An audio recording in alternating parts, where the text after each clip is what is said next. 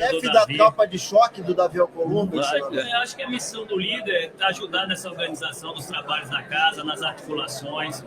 Já é uma experiência que a gente traz da própria Câmara dos Deputados, com a liderança democratas à época, e agora também a recondução como líder do União Brasil do Senado, partido que vai presidir a casa, conterrâneo e amigo do presidente da Câmara, Hugo Mota, né, paraibano. A Paraíba está poderosa. É a ascensão da República da Paraíba, né? Presidência de TCU, presidência de STJ e agora a presidência da Câmara dos Deputados. Presidência da Caixa Econômica, né? E do Banco do Brasil. Já dizem que a Paraíba é o novo Piauí, né? Que o Piauí andou poderoso ali atrás com a ascensão, né, do ministro Cássio ao Supremo, o senador Ciro Nogueira como ministro-chefe da Casa Civil de Jair Bolsonaro. Agora é a hora da Paraíba. Eu acho que não só na política como no turismo, né? O destino mais procurado do turismo no Brasil nesse verão foi João Pessoa. Então é um bom momento, acho que é um momento que levanta a autoestima da Paraíba. O deputado Hugo Mota tem feito, né, um trabalho de aglutinar forças, de serenidade no seu perfil, de equilíbrio. E eu acho que esse papel que eu posso ajudar a contribuir, né, de ter uma melhor relação entre Hugo e Davi do que foi a relação Lira e Pacheco, né, como líder do presidente no Senado e como grande amigo e conterrâneo do presidente da Câmara, para fazer pontes onde existiam muros nessa relação. E essa relação com o Palácio do Planalto, como é que isso avalia? Porque o Rodrigo Pacheco teve uma relação excelente com o Lula, tanto que o Lula agora fala volta e meia publicamente que quer ele governador de Minas Gerais, mas o Arthur Lira, a gente lembra, era uma relação muito arenosa, né? O Arthur Lira está às vésperas de talvez virar ministro do governo e continua batendo no governo, né? Hugo é muito mais gentil, mas acho que é um outro estilo em relação ao Arthur, né? O Davi está com uma relação boa com o Planalto também, né? Queria ver a sua avaliação. Guilherme, eu acredito que, primeiro, é muito importante que sob essa nova gestão, essa nova administração, né, você consiga essa retomada de um diálogo que era tão difícil entre Lira e Pacheco, até porque nós temos um cenário de tensão interpoderes entre o Congresso e o Supremo e o governo.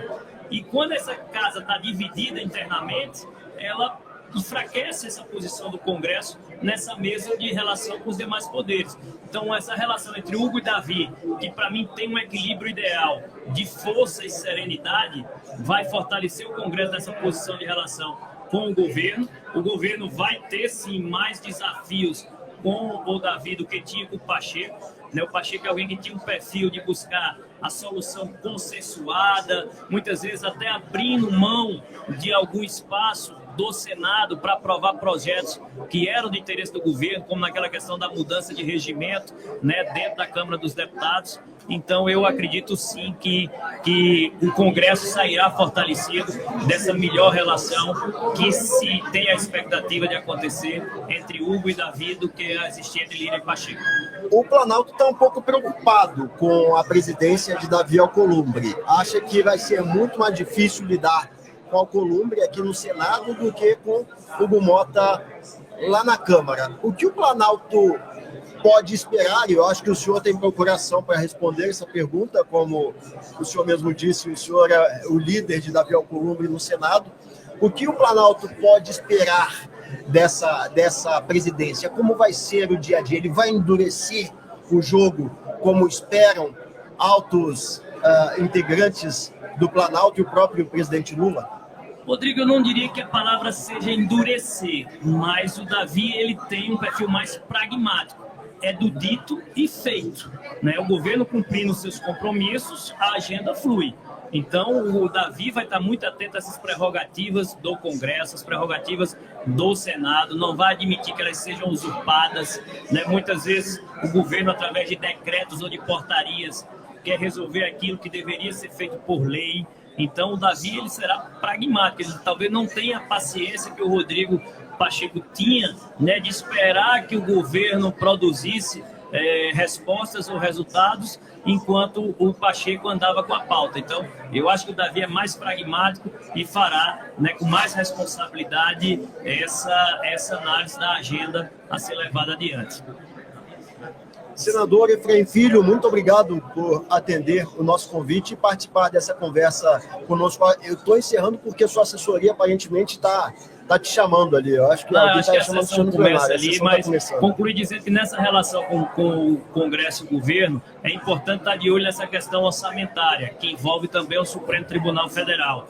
Os critérios de rastreabilidade e transparência precisam ser aperfeiçoados. E acho que o Congresso concorda com isso. E aí eu acredito que Davi e Hugo têm essa condição, né, sobre aquela coisa até típica da cultura brasileira, sobre nova administração, dar uma retomada nesses diálogos, né, reconstruir janelas de oportunidades com o Supremo. Agora, não dá para voltar atrás na questão do controle orçamentário, voltar a ser do governo. Porque a própria imprensa e a própria sociedade brasileira, há 10 anos atrás, criticava o que se chamava de balcão de negócios, de toma lá da cá, do governo liberando o orçamento para poder aprovar seus projetos. Não, o orçamento impositivo foi uma vitória do Congresso, melhorou essa relação republicana, né, com os governos para poder debater com mais amadurecimento os projetos. Então, rastreabilidade e transparência, sim.